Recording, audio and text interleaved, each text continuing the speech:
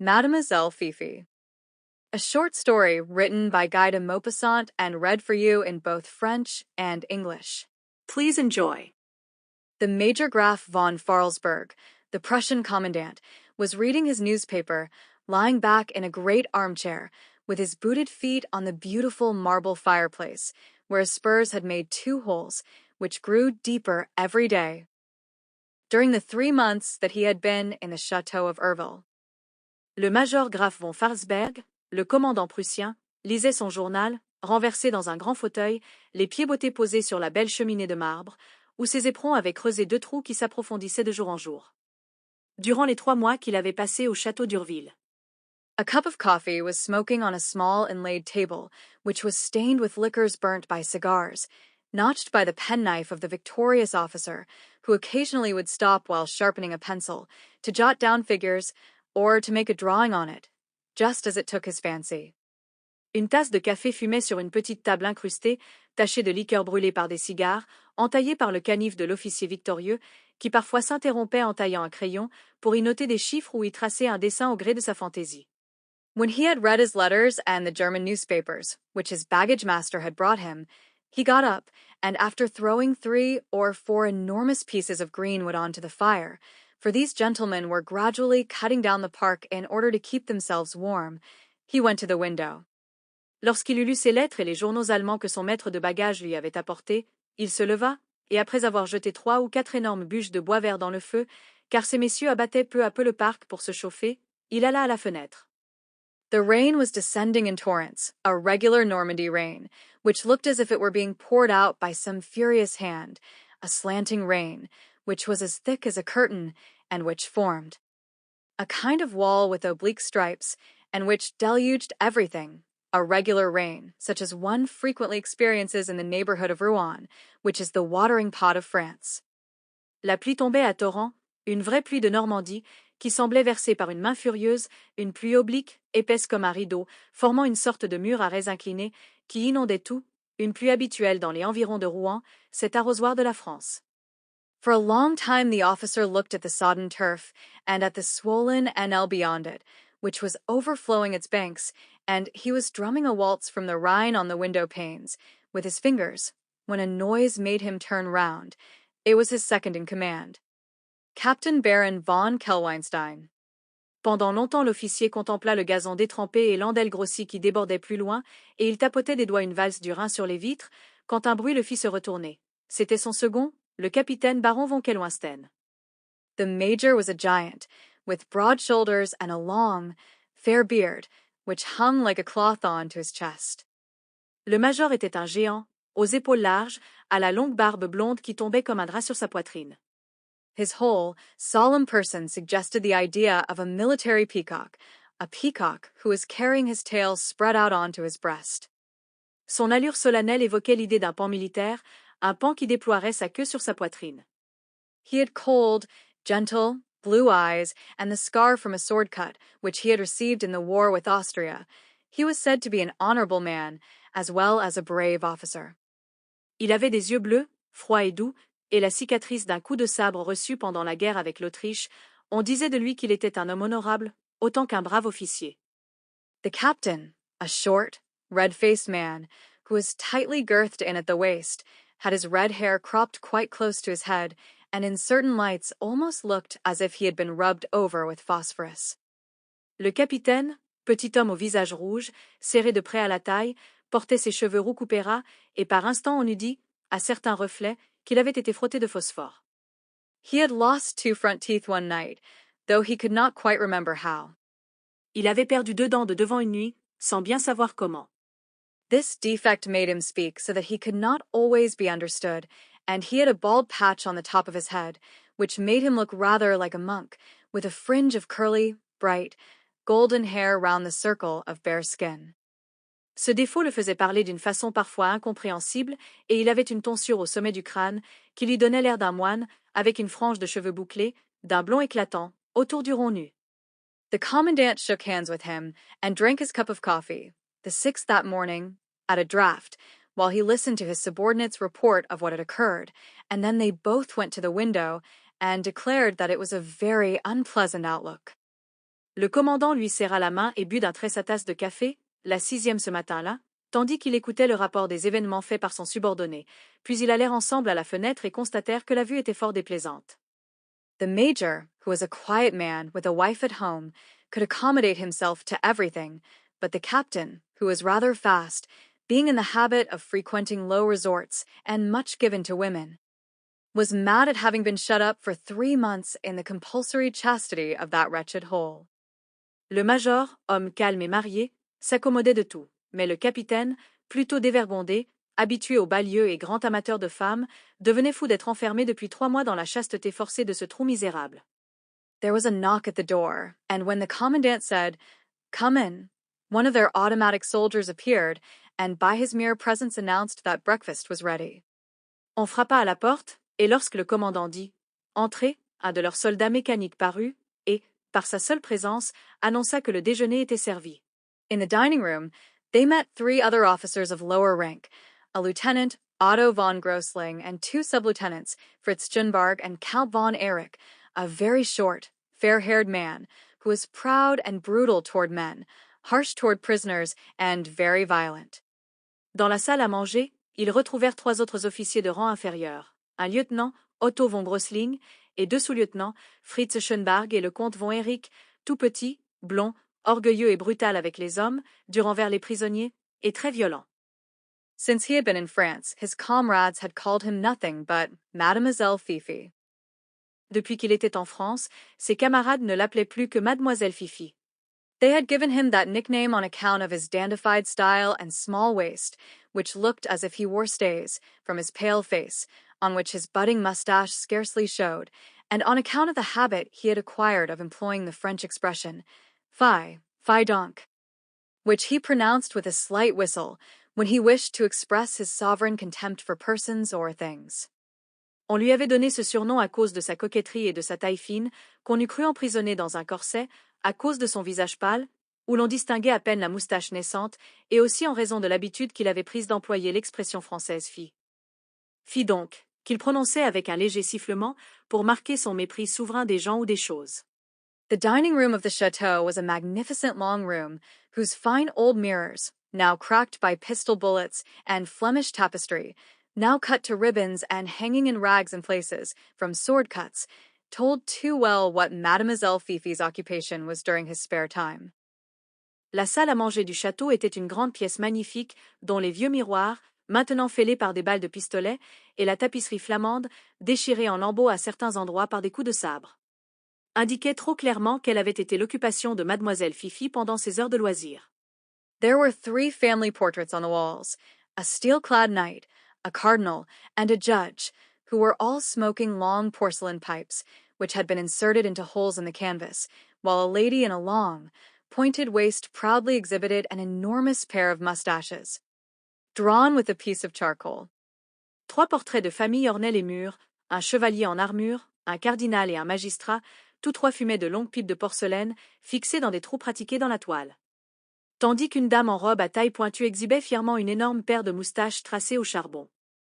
The officers ate their breakfast almost in silence in that mutilated room, which looked dull in the rain and melancholy under its vanquished appearance, although its old, oak floor had become as solid as the stone floor of a public house. Les officiers déjeunaient presque en silence dans cette salle mutilée, qui paraissait morne sous la pluie et mélancolique sous son aspect de vaincu, bien que son vieux plancher de chêne fût devenu aussi dur que le sol de pierre d'un cabaret. When they had finished eating, and were smoking and drinking, they began, as usual, to talk about the dull life they were leading. Lorsqu'ils eurent achevé de manger, ils se mirent à fumer et à boire, et comme d'habitude, ils se plaignirent de la vie monotone qu'ils menaient. The bottles of brandy and of liquors passed from hand to hand, and all sat back in their chairs, taking repeated sips from their glasses, and scarcely removing the long, bent stems, which terminated in china bowls painted in a manner to delight a Hottentot, from their mouths. Les bouteilles d'eau-de-vie et de liqueur passaient de main en main, et tous s'adossaient à leurs chaises, buvant à petits coups, retirant à peine de leur bouche les longs tuyaux recourbés, terminés par des fourneaux de porcelaine ornés de peintures qui eussent ravi un Hottentot. As soon as their glasses were empty, they filled them again, with a gesture of resigned weariness, but Mademoiselle Fifi emptied his every minute, and a soldier immediately gave him another.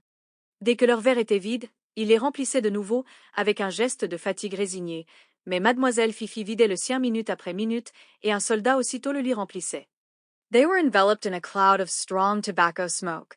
They seemed to be sunk in a state of drowsy, stupid intoxication, in that dull state of drunkenness of men who have nothing to do, when suddenly the Baron sat up and said, "By heavens, this cannot go on. We must think of something to do."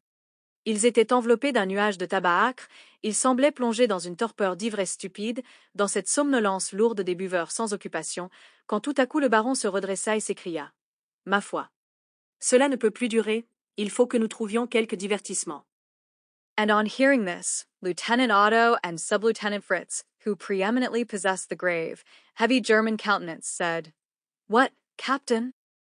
En entendant cela, le lieutenant Otto et le sous-lieutenant Fritz, qui incarnaient au mieux la physionomie lourde et grave de l'Allemand, demandèrent « Quoi donc, capitaine ?» He thought for a few moments and then replied, "What? Well, we must get up some entertainment, if the commandant will allow us." Il réfléchit un instant, puis répondit « Quoi? Eh bien, nous allons organiser une petite fête, si le commandant y consent. » "What sort of an entertainment, Captain?" the major asked, taking his pipe out of his mouth. Quelle sorte de fête, capitaine? Demanda le major en retirant sa pipe de sa bouche. I will arrange all that, commandant, the Baron said. Je m'occupe de tout, commandant, dit le baron. I will send Le Devoir to Rouen, who will bring us some ladies. I know where they can be found.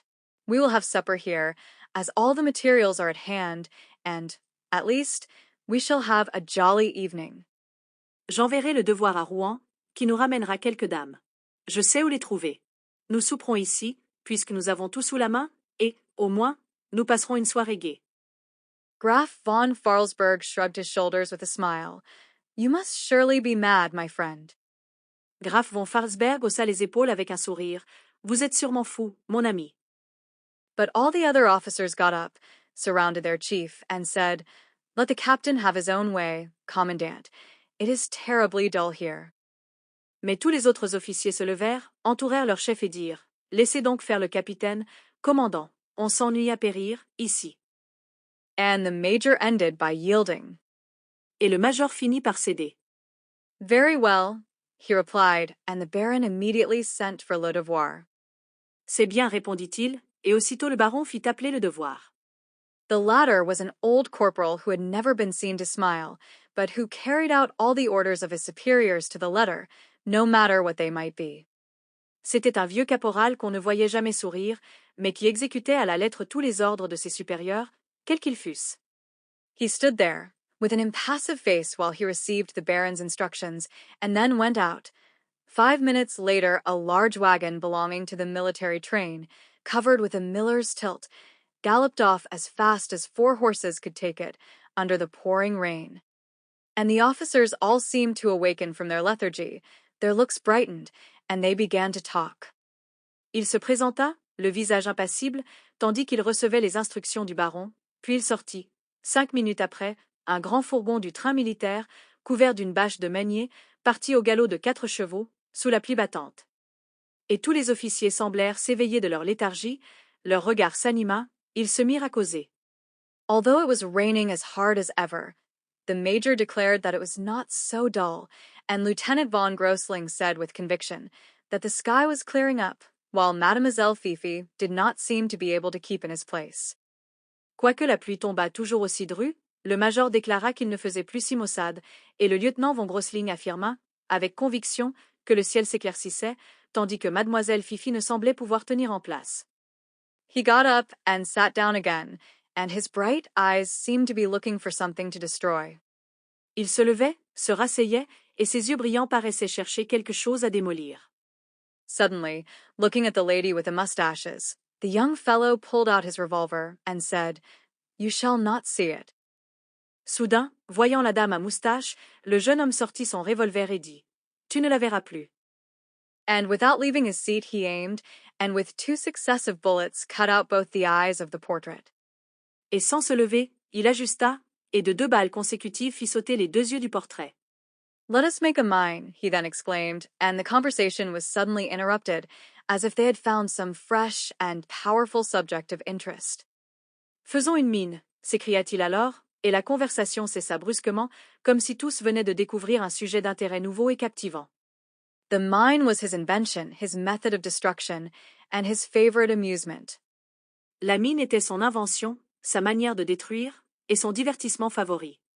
When he left the chateau, the lawful owner, Count Fernand d'Amois d'Irville, had not had time to carry away or to hide anything except the plate, which had been stowed away in a hole made in one of the walls, so that, as he was very rich and had good taste, the large drawing room, which opened into the dining room, had looked like the gallery in a museum before his precipitate flight. En quittant le château, le propriétaire légitime, le comte Fernand d'Amois d'Urville, n'avait pas eu le temps d'emporter ni de cacher quoi que ce fût, hormis l'argenterie, qu'il avait enfouie dans un trou pratiqué dans un des murs.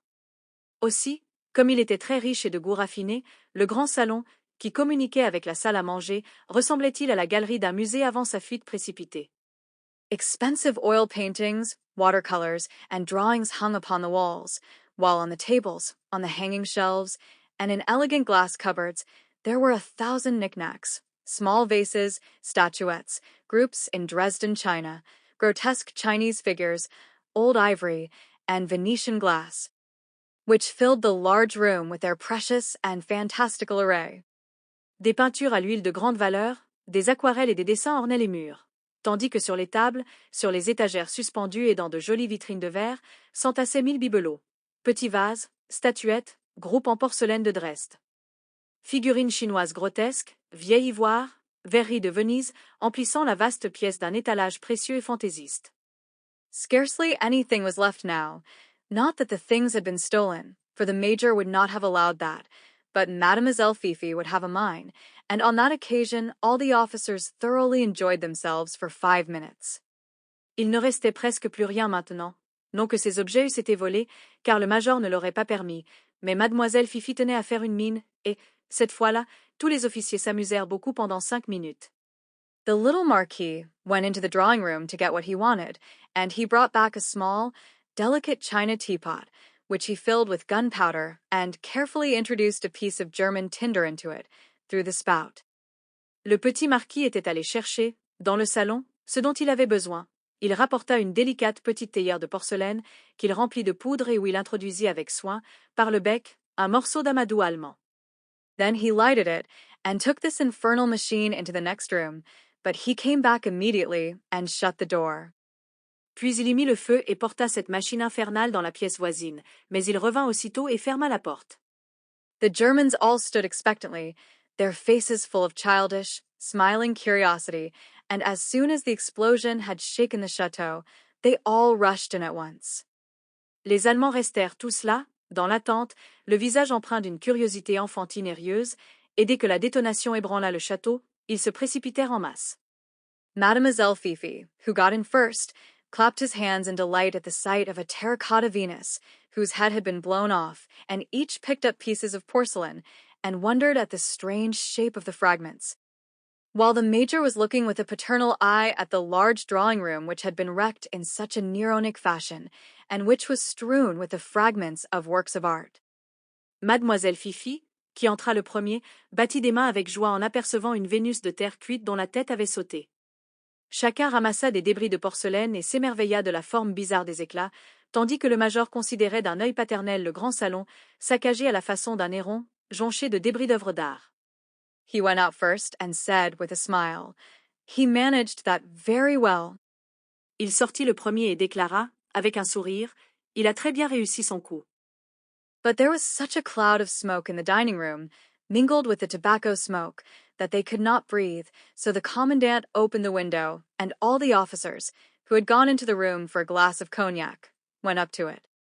Mais la fumée était telle dans la salle à manger, mêlée à la fumée du tabac, qu'on ne pouvait plus respirer. Le commandant ouvrit donc la fenêtre, et tous les officiers, qui étaient entrés pour prendre un verre de cognac, s'en approchèrent. The moist air blew into the room, and brought a sort of spray with it, which powdered their beards. L'air humide pénétra dans la pièce, apportant comme une brume légère qui poudrait leur barbe. They looked at the tall trees which were dripping with the rain, at the broad valley which was covered with mist, and at the church spire in the distance, which rose up like a gray point in the beating rain. Ils contemplèrent les grands arbres ruisselants, la large vallée noyée de brume et le clocher de l'église là-bas, dressé comme une pointe grise sous l'averse battante. The bells had not rung since their arrival. Les cloches n'avaient pas sonné depuis leur arrivée. That was the only resistance which the invaders had met with in the neighborhood. C'était la seule résistance rencontrée par les envahisseurs dans les environs. The parish priest had not refused to take in and to feed the Prussian soldiers. He had several times even drunk a bottle of beer or claret with the hostile commandant, who often employed him as a benevolent intermediary, but it was no use to ask him for a single stroke of the bells. He would sooner have allowed himself to be shot. Le curé de la paroisse n'avait pas refusé de recevoir et de nourrir les soldats prussiens. Il avait même bu plusieurs fois une bouteille de bière ou de vin rouge avec le commandant ennemi, qui recourait souvent à lui comme intermédiaire bienveillant. Mais il avait été impossible de lui faire tirer un seul coup de cloche, il aurait préféré se faire fusiller. That was his way of protesting against the invasion, a peaceful and silent protest, the only one, he said, which was suitable to a priest who was a man of mildness and not of blood, and everyone, for 25 miles round, praised Abbé Chantevoin's firmness and heroism. In venturing to proclaim the public mourning by the obstinate silence of his church bells. C'était là sa façon de protester contre l'invasion, une protestation pacifique et muette, la seule, disait-il, convenant à un prêtre, homme de douceur et non de sang. Et l'on exaltait, à 20 lieues à la ronde, la fermeté et l'héroïsme de l'abbé Chantavoine, qui osait proclamer le deuil public par le silence obstiné de ses cloches. The whole village grew enthusiastic over his resistance, and was ready to back up their pastor and to risk anything, as they looked upon that silent protest as the safeguard of the national honor. Tout le village s'enthousiasma de cette résistance et se déclara prêt à soutenir son curé, à tout oser, considérant cette protestation muette comme le gage sauveur de l'honneur national. It seemed to the peasants that thus they had deserved better of their country than Belfort and Strasbourg, that they had set an equally valuable example, and that the name of their little village would become immortalized by that. But with that exception, they refused their Prussian conquerors nothing. Il semblait aux paysans qu'en agissant ainsi ils avaient mérité mieux de la patrie que Belfort et Strasbourg, qu'ils avaient donné un exemple aussi précieux et que le nom de leur petit village en resterait immortalisé. Mais, hormis cela, ils ne refusaient rien à leurs vainqueurs prussiens. The commandant and his officers laughed among themselves at that inoffensive courage, and as the people in the whole country round showed themselves obliging and compliant toward them, they willingly tolerated their silent patriotism. Le commandant et ses officiers riaient entre eux de ce courage inoffensif. Et comme la population des environs faisait preuve d'obligeance et de soumission à leur égard, ils toléraient volontiers ce patriotisme silencieux. Only little Count Wilhelm would have liked to have forced them to ring the bells. Seul le petit comte Wilhelm eût voulu les contraindre à faire sonner les cloches.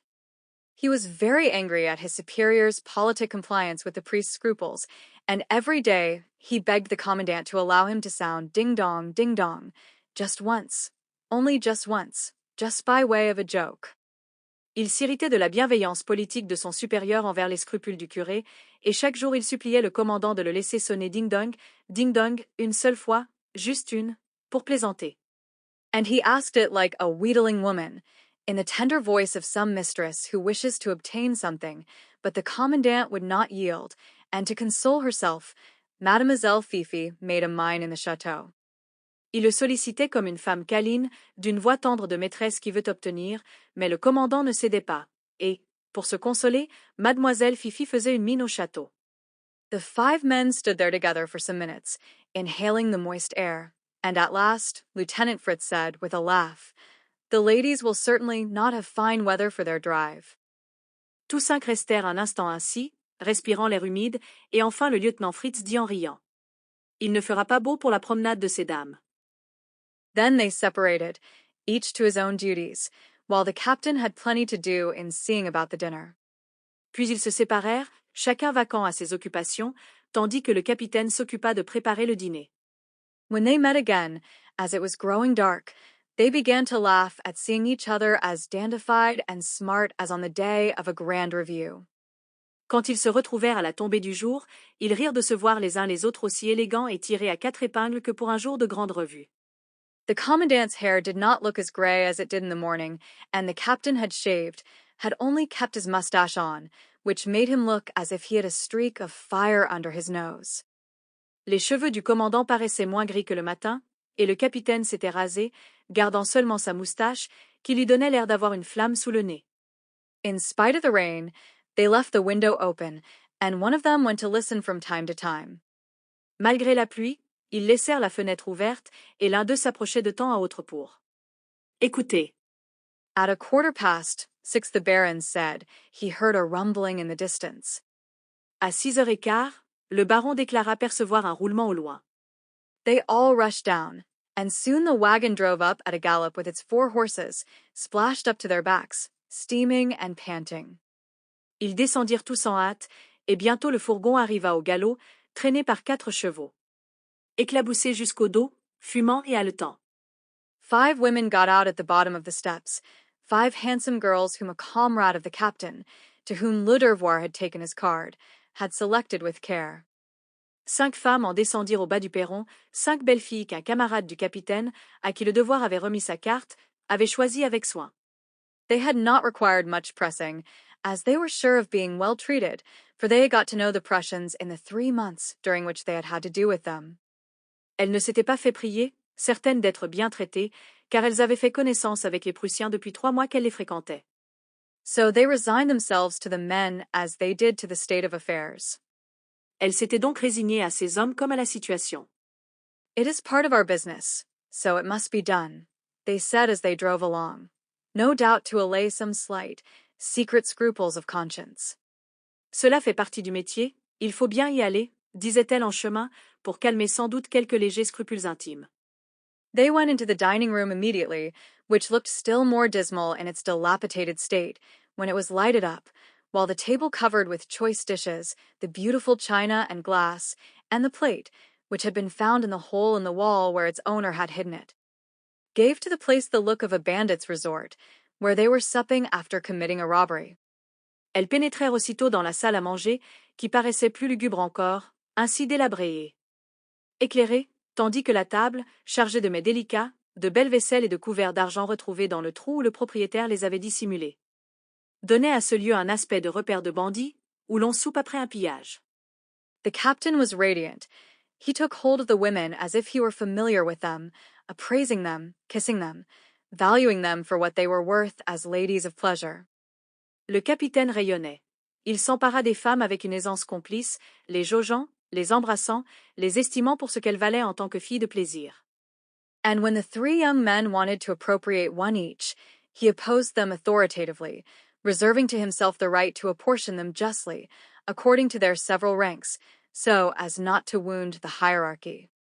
Et lorsque les 3 jeunes officiers voulurent chacun s'en adjoindre une, il s'y opposa d'autorité, se réservant le droit de les répartir équitablement, suivant les différents grades, afin de ne blesser aucune susceptibilité hiérarchique. Therefore, so as to avoid all discussion, jarring, and suspicion of partiality, he placed them all in a line according to height, and addressing the tallest, he said in a voice of command, "What is your name?" Alors, pour éviter discussion, heurts et soupçons de partialité, il les aligna selon leur taille, et, s'adressant à la plus grande, il lui demanda d'une voix de commandement, « Comment t'appelles-tu? » "Pamela," she replied, raising her voice. Pamela, répondit-elle d'une voix forte. Then he said, "Number 1, called Pamela, is adjudged to the commandant."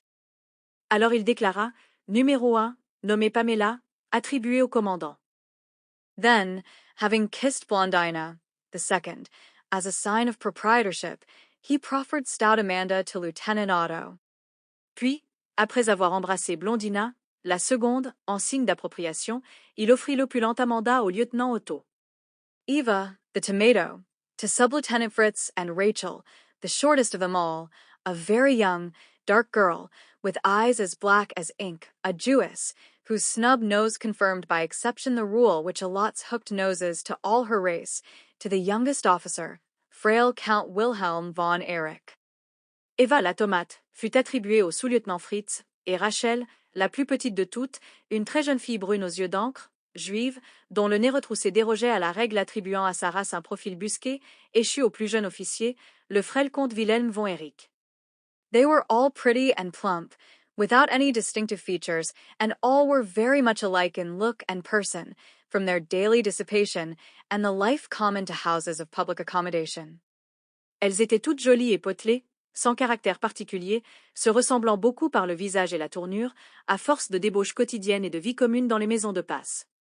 The three younger men wished to carry off their women immediately, under the pretext of finding them brushes and soap, but the captain wisely opposed this, for he said they were quite fit to sit down to dinner, and that those who went up would wish for a change when they came down, and so would disturb the other couples, and his experience in such matters carried the day.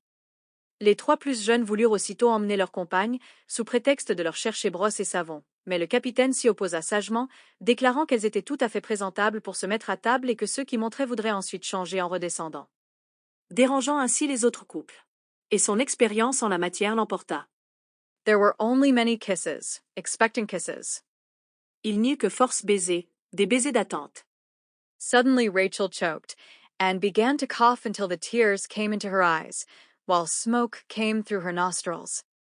Tout à coup, Rachel s'étrangla et se mit à tousser jusqu'aux larmes, tandis que la fumée lui sortait par les narines. Under pretense of kissing her, the Count had blown a whiff of tobacco into her mouth. Sous prétexte de l'embrasser, le comte venait de lui souffler une bouffée de tabac dans la bouche. She did not fly into a rage, and did not say a word, but she looked at her possessor with latent hatred in her dark eyes. Elle ne se fâcha pas et ne dit rien, mais lança à son possesseur un regard de haine sourde dans ses yeux noirs. They sat down to dinner. Ils se mirent à table. The commandant seemed delighted. He made Pamela sit on his right and Blondina on his left, and said, as he unfolded his table napkin, "That was a delightful idea of yours, Captain." Le commandant semblait ravi.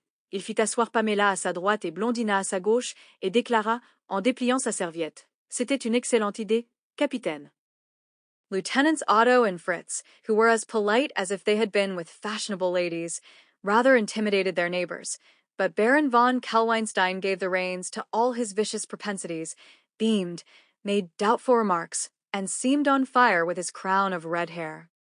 Les lieutenants Otto et Fritz, qui montraient la politesse qu'ils auraient eue avec des dames du monde, intimidaient un peu leurs voisines, mais le baron von Kellweinstein laissa libre cours à tous ses penchants vicieux. Il rayonnait, lançait des propos équivoques et paraissait flamboyer sous sa tignasse rousse. He paid them compliments in French from the other side of the Rhine, and sputtered out gallant remarks, only fit for a low pothouse, from between his two broken teeth. Il leur adressait des compliments en un français d'outre-Rhin et bégayait, entre ses deux dents cassées, des galanteries dignes d'une taverne mal famée. They did not understand him, however, and their intelligence did not seem to be awakened until he uttered nasty words and broad expressions, which were mangled by his accent. Elles ne le comprenaient guère, et leur esprit ne semblait s'éveiller que lorsqu'il lâchait des grossièretés et des termes crus, déformés par son accent.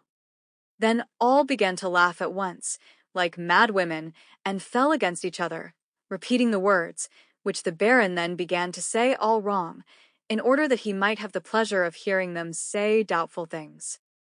Alors toutes s'éclatèrent de rire ensemble, comme des folles, se tombant dans les bras, répétant les mots, que le baron altérait encore pour avoir la joie de les entendre proférer des obscénités. They gave him as much of that stuff as he wanted, for they were drunk after the first bottle of wine, and, becoming themselves once more and opening the door to their usual habits, they kissed the mustaches on the right and left of them, pinched their arms, uttered furious cries, drank out of every glass, and sang French couplets and bits of German songs, which they had picked up in their daily intercourse with the enemy. Elles lui en servirent à volonté, car elles étaient ivres dès la première bouteille, et, se retrouvant elles-mêmes, livrées à leurs habitudes coutumières, elles embrassèrent les moustaches à droite et à gauche, pinçant les bras, poussant des cris frénétiques, buvant à tous les verres, chantant des refrains français et des bribes de chansons allemandes apprises dans le contact quotidien avec l'ennemi.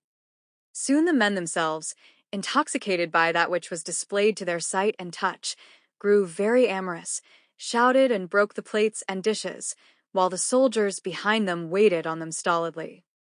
Bientôt, à leur tour, les hommes, enivrés de ces spectacles et de ces contacts, s'exaltèrent, crièrent et cassèrent assiettes et plats, tandis que les soldats de service les servaient d'un air impassible. The commandant was the only one who put any restraint upon himself. Le commandant fut le seul à se contenir un peu. Mademoiselle Fifi had taken Rachel onto his knees and, getting excited, at one moment kissed the little black curls on her neck, inhaling the pleasant warmth of her body and all the savor of her person through the slight space there was between her dress and her skin. And at another pinched her furiously through the material and made her scream, for he was seized with a species of ferocity and tormented by his desire to hurt her. Mademoiselle Fifi avait pris Rachel sur ses genoux et tout en s'échauffant, à un moment il baisait les petites boucles noires sur sa nuque, respirant la chaleur agréable de son corps et toute la saveur de sa personne par l'étroit espace laissé entre la robe et la peau.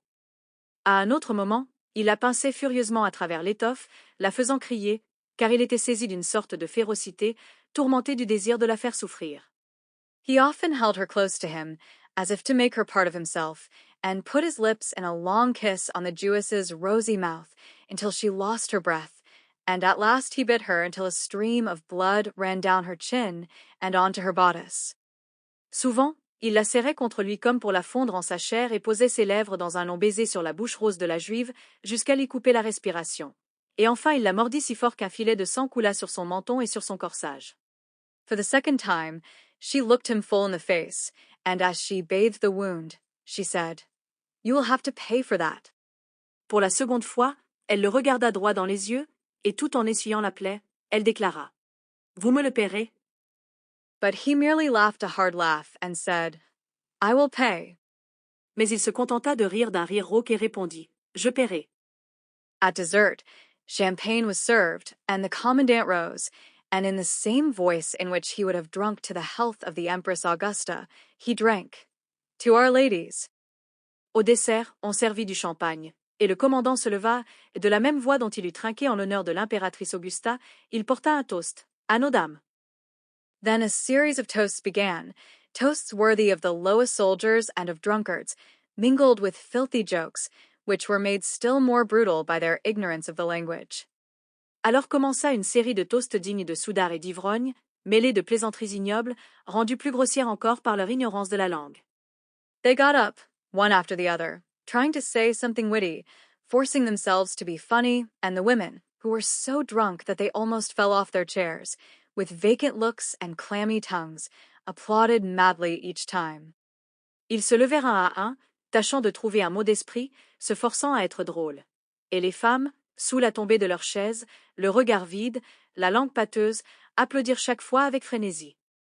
The captain, who no doubt wished to impart an appearance of gallantry to the orgy, raised his glass again and said, "To our victories over hearts." Le capitaine, qui souhaitait sans doute donner un air galant à l'orgie, leva de nouveau son verre et déclara, « À nos victoires sur les cœurs. » Thereupon Lieutenant Otto, who was a species of bear from the Black Forest, jumped up, inflamed and saturated with drink, and seized by an access of alcoholic patriotism, cried, "To our victories over France." Alors le lieutenant Otto, sorte d'ours de la forêt noire, se leva, enflammé et saturé de boisson, saisi d'un accès de patriotisme ivre, et s'écria, « À nos victoires sur la France. » Drunk as they were, the women were silent, and Rachel turned round with a shudder and said, "Look here, I know some Frenchmen, in whose presence you would not dare to say that."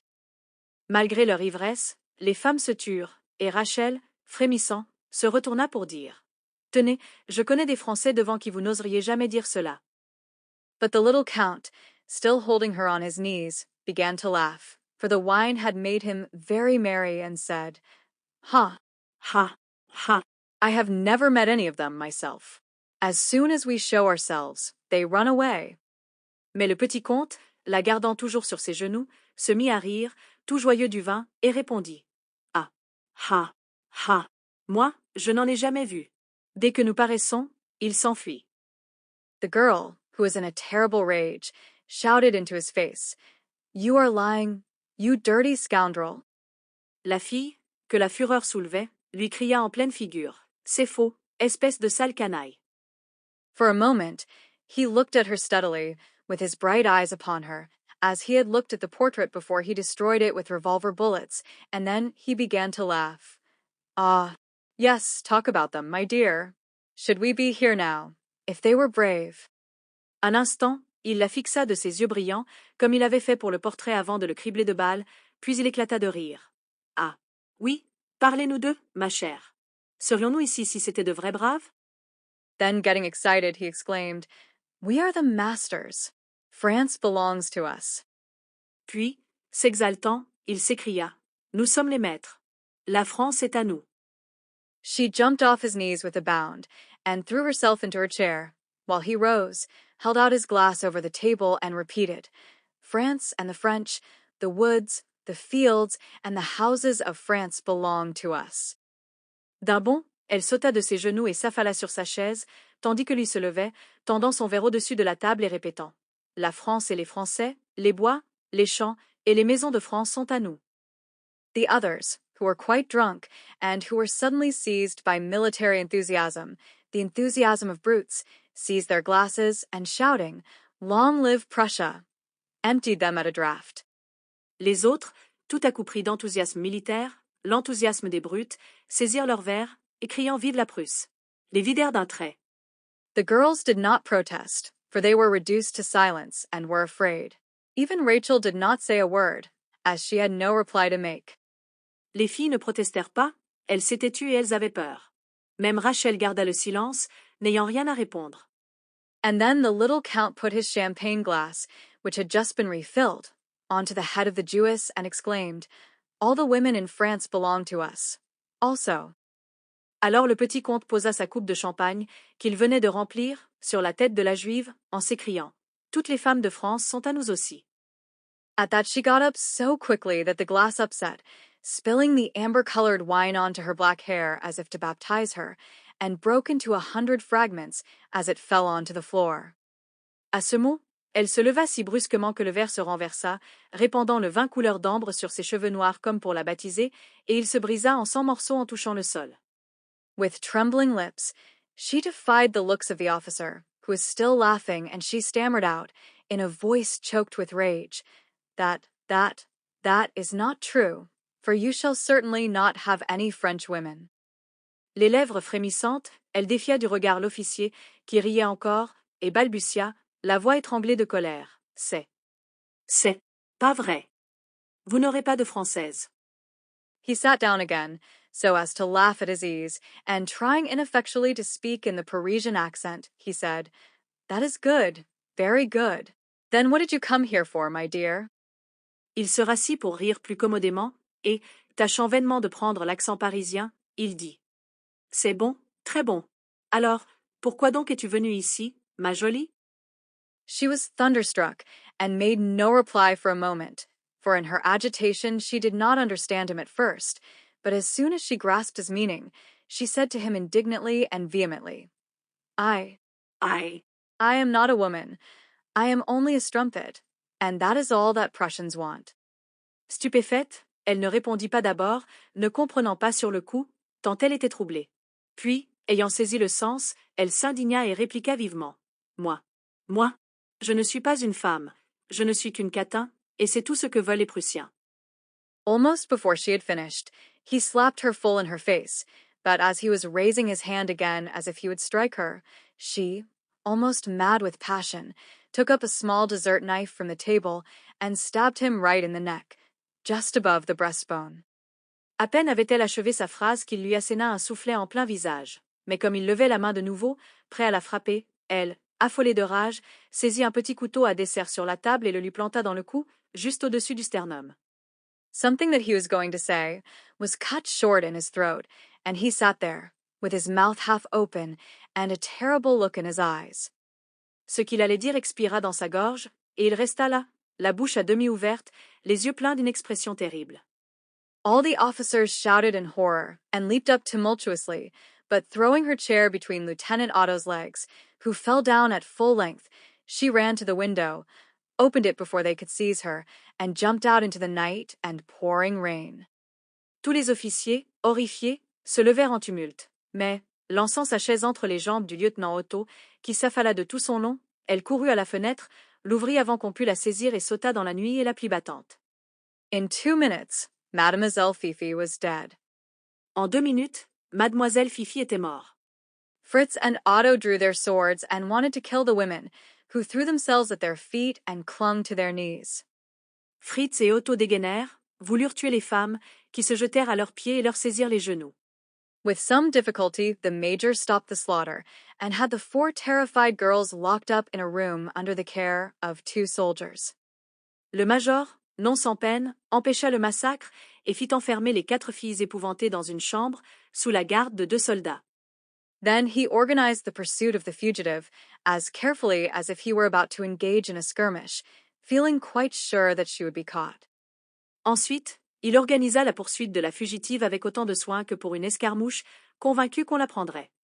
The table, which had been cleared immediately, now served as a bed on which to lay Fifi out, and the 4 officers made for the window, rigid and sobered, with the stern faces of soldiers on duty, and tried to pierce through the darkness of the night, amid the steady torrent of rain. La table, débarrassée à la hâte, servit de couche pour étendre Fifi, et les 4 officiers, devenus graves, se dirigèrent vers la fenêtre, l'esprit rassis, avec l'air sévère de soldats en service, s'efforçant de percer les ténèbres de la nuit sous l'averse continue.